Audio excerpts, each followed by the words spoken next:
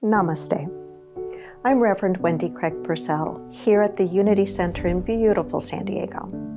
Thank you so much for subscribing to this channel. Please make sure that you like the video you've just watched and consider making a contribution on our app or on our website. It's really easy to do, and thank you in advance for that support. It does make a difference. One of the things that has always been very important to me about our teaching in unity, and this is one of several areas where we split ways, if you will, with mainline Christianity, which is what I grew up with, but we depart in that we believe in unity, that we are born in original blessing. And when I hear that line in Denise Rosier's song, it reminds me of that we are born in original blessing, all that is good, above and below. You are that, I am that. And what a gift we would give the world if we really treated one another in that way, and especially if we really approached in all ways our young people with that and help them to see that in themselves. It would really transform our human culture, our human society. And I think in a way it links with what we've been talking about this month as we've been exploring in part Amanda Owen's book, The Power of Receiving. That in order to really benefit from the truth with a capital T that we are born in original blessing, we must receive that. We must not just take it in mentally, but we must receive that in the very core of our being. It doesn't mean that we don't have rough spots. It doesn't mean that there isn't room for improvement. It doesn't mean that we don't make mistakes. We do make mistakes. We do have rough spots. There is room for improvement. But the essence of who and what we are is good, is holy, is an original blessing. And we need to receive that for ourselves, and we need to see that in and for others. So in this exploration throughout this month, we have been exploring the idea that giving and receiving is a flow, that it's really two sides of the same coin. For the first 3 weeks, we really focused on the idea of receiving, which in a way is the opposite of what we usually do with that teaching. Usually with that teaching, not just in church or in faith communities, but in our very culture, we focus on the giving part, right? We focus on the, God loves a cheerful giver, that we are to give until it hurts. We've got some of those messages going on in our society, to the exclusion sometimes of the realization that if it is an ebb and flow, if it is two sides of the same coin, then we also need to take a look at what it means to receive. And so we've been focusing on that for these past several weeks. We'll be tying that up today, and we'll be looking at the giving aspect as well, because both are equally important. And it's not that we want 50% of the world to be givers so that 50% of the world can be receivers. It's not that. What is it? It's we're trying to find that balance where? Oh, you're very quiet this one. We're trying to find that balance inside of ourselves, right? And hopefully over these weeks of coming to church or listening to the broadcast and reading the book, you've gotten some insights into yourself. Where and how do you usually operate? Is it hard for you to receive? Do you downplay receiving? Do you think, oh, I'm not worthy of that? Or do you, oh, no, that's okay. I don't need that. Or somebody pays us a compliment and we can't, or we don't accept it. So hopefully you've had some insights there. A congregant shared with me why it is so much more difficult to be a receiver than a giver. See if you can relate to this comment a congregant made. Well, of course it's more difficult to be a receiver than a giver. When we are the giver, we are in control. But when we're the receiver, we are not. And not being in control is much harder for most of us. Can you relate to that at all? Yeah, let me read it to you again. Well, of course it is more difficult to be a receiver than a giver. When we are the giver, we are in control. But when we are the receiver, we are not. And not being in control is so much harder for most of us. So right there, we've got a little nugget that we can work with inside of ourselves, right? Because there's a certain connection between this idea of maybe why it's a little bit hard for us to receive. And I think in large part it has to do with we're using some words imprecisely, and that's what I want to spend a little bit of time on this morning. I want to talk to you about the difference between takers and receivers. Externally, they can look the same. A taker and a receiver, externally, it can look the same, but it's not the same. And I also want to talk a bit about the difference between doers and givers, a point that Owens brings out in her book, that there's a difference between doers and givers. And externally, it can look the same. It's not what it is on the outside, it's what's motivating it from within. And then we'll wrap it up with what does it mean to be giving as a divine expression, as a divine quality. So takers versus receivers. Now just think about that for a moment. Taker, receiver. Just turn that over in your own mind and just notice if you were giving this lesson, if I handed you the mic and I said, come up here and you tell me what goes on when you think of the word taker and you think of the word receiver. That's what I want you to pay attention to inside of yourself right now, okay? Well, as I was doing this last night and thinking about takers and receivers, I came up with a list of words for takers, and I came up with a list of words for receivers. And I'm going to share them with you. You can try them on for size, but what's most important is you kind of notice what you resonate with. Takers usually are operating internally from a feeling of lack and fear. That's why they're taking, because they feel like something's not there and I got to fill that emptiness, and that's coming from an experience of lack and fear. Whereas receivers are coming from an experience of abundance and trust. Abundance and trust. Abundance, the realization we live in an opulent universe. Receivers, abundance and trust. Takers, sometimes what's motivating a taker is greed. There's never the feeling of enough. No matter what I get, it's not quite what? Enough. That's what's at the basis of greed. Receiver, on the other hand, is operating much more from the experience of gratitude, of feeling full, right? Takers, grabbing, grasping. Receivers, accepting, welcoming. Takers, often experiencing a sense of separation, separate from the other, separate from their perceived good. Receivers, on the other hand, the feeling of unity or the feeling of oneness or the feeling of connection. Here's another. Takers tend to be very self-absorbed. Receivers, mutually aware. To get a feel for possible way of looking at these. Externally, it can, by appearances, look exactly the same, right? But what we know in our spiritual practice and in our spiritual teaching is the most powerful influence is what's going on within. The energy, the motivation, the consciousness from which we are doing or not doing. And so even though from a judgmental, looking from the outside in perspective, these things can appear to be the same, they're fundamentally very different. Very, very different. So a question for us, just to observe, and to observe not with self-recrimination and judgment, but to observe ourselves with a sense of authenticity, vulnerability, and curiosity. How do I show up with most of the people most of the time? How do I show up? How do you show up in your life with most of the people most of the time? Are the feelings and experiences of lack and fear and greed or grabbing or grasping, separation, self-absorbed, more operative in you? If so, there's probably quite a little bit of room for improvement there. And again, it's just to notice.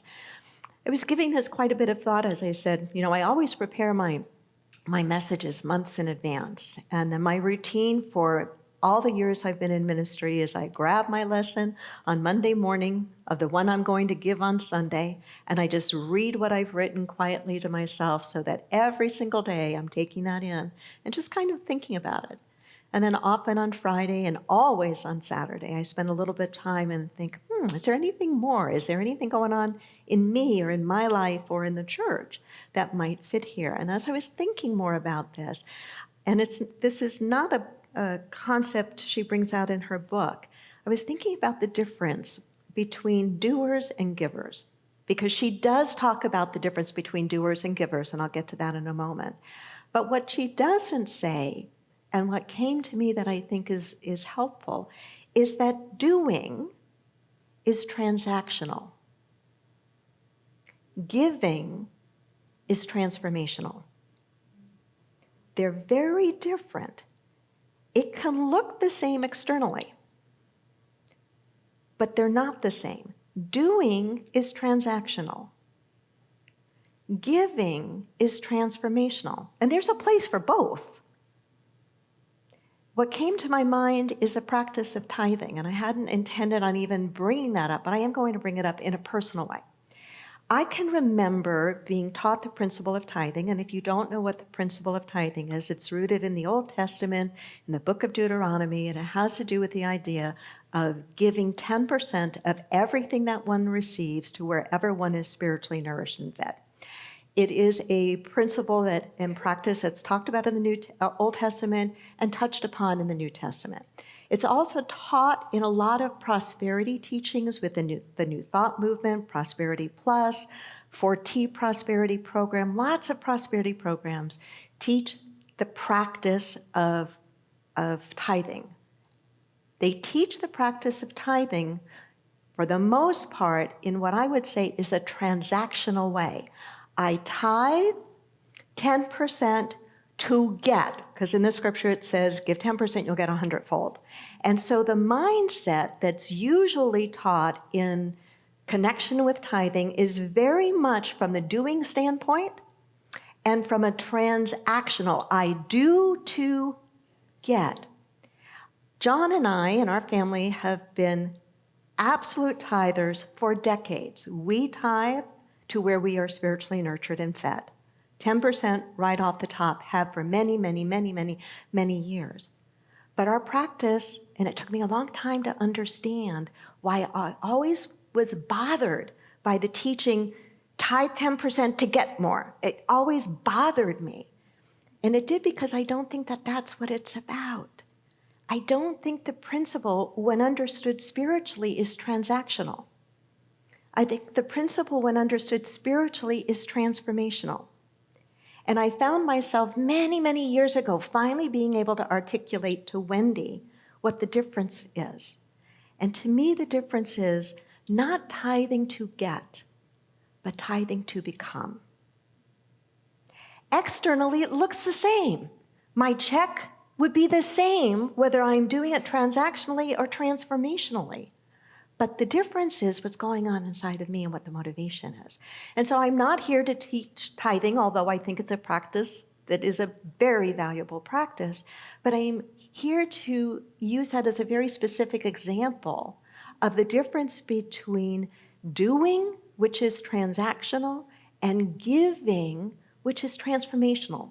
And so this whole journey that we've been on, as we've been exploring for the last 3 weeks, mostly the side of receiving, we do want to take a look at the side of giving.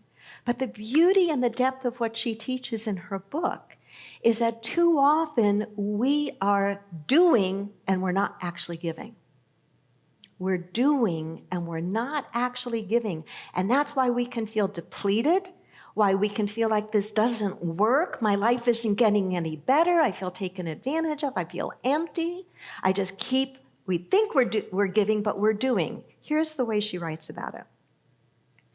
People who do are not energized or emotionally fulfilled by their interactions, but those who give experience their connection and have deeply and mutually fulfilling transactions.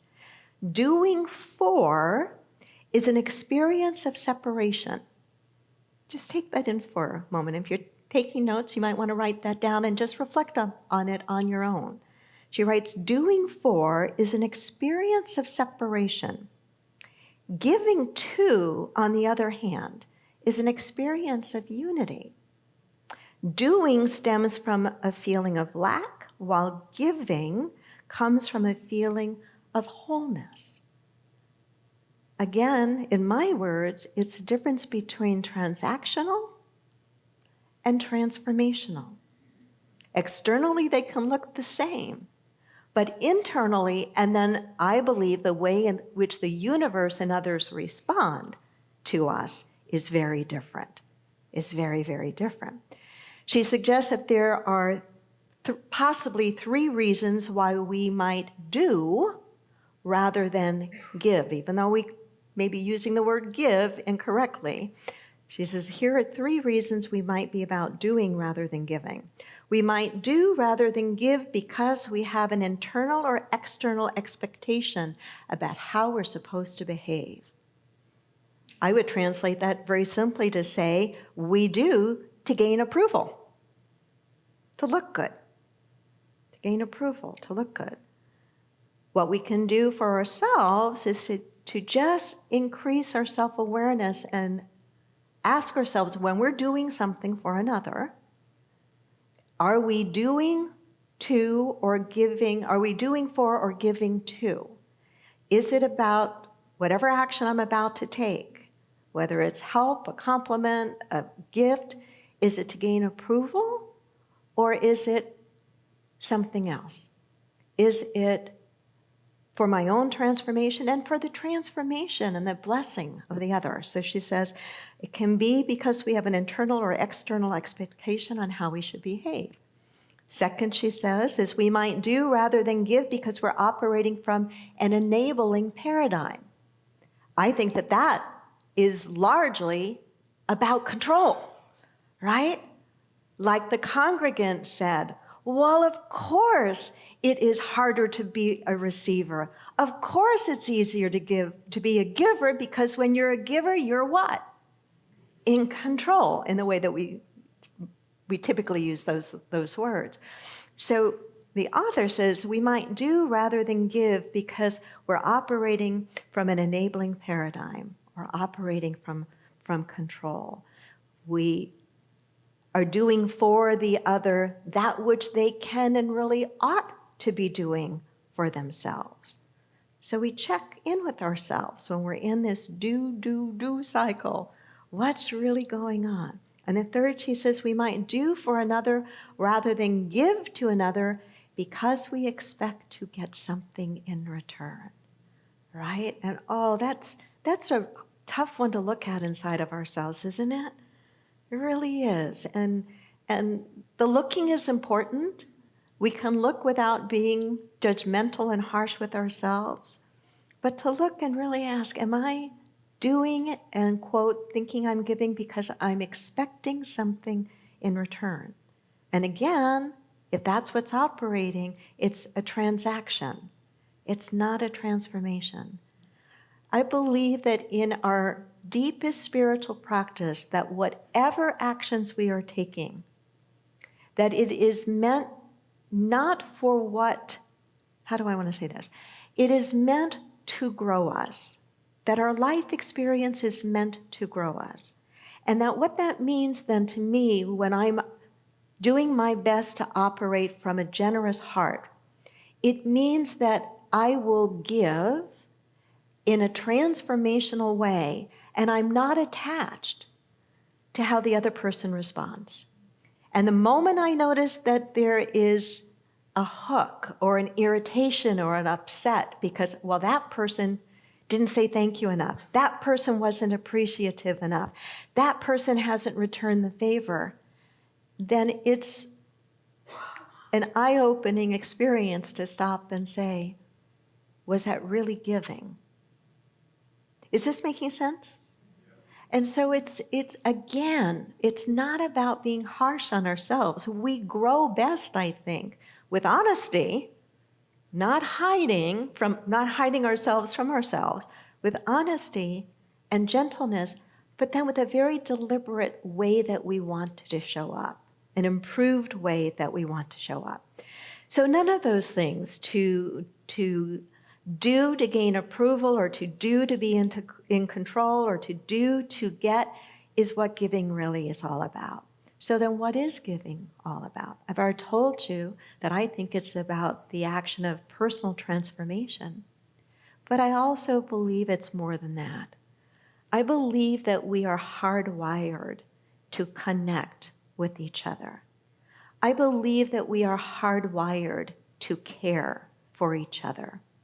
I believe that we are hardwired with a spirit of generosity, and that is either culturally or situationally dumbed down or turned down in us. But when we get to show up with who and what we really are at our core as spiritual beings, because we are that, then givingness, a generous heart, is a natural state. It means that there's that in us that opens up and wants to extend outward when we see that there's a need that somehow we can help to fulfill. Whether that need is physical help and support, whether that need is encouragement, whether that need is something that we have that another person could use or needs, or whether that need is a financial that we see, I've got more than enough time or talent or resources.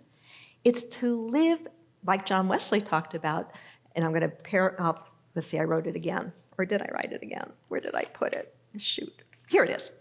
Because I love it, but I haven't memorized it. To do all the good you can by all the means you can, in all the ways you can, at all the times you can, to all the people you can, as long as you ever can.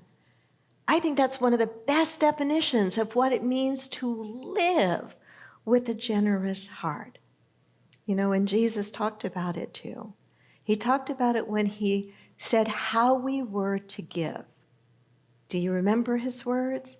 Give, and it will be given to you. Good measure, pressed down, shaken together, and running over. For the measure you give is the measure you will receive. Some of you may not be fully aware, or maybe have forgotten your old Bible classes, if you ever took any or had it in Sunday school, what Jesus was talking about when he said, give and it will be given to you. Good measure, pressed down, shaken together, and running over. Can you get a visual of that in your head? Can you? How many of you have ever baked something where you needed to use flour? Raise your hand. Or seen somebody bake something where they needed to use flour?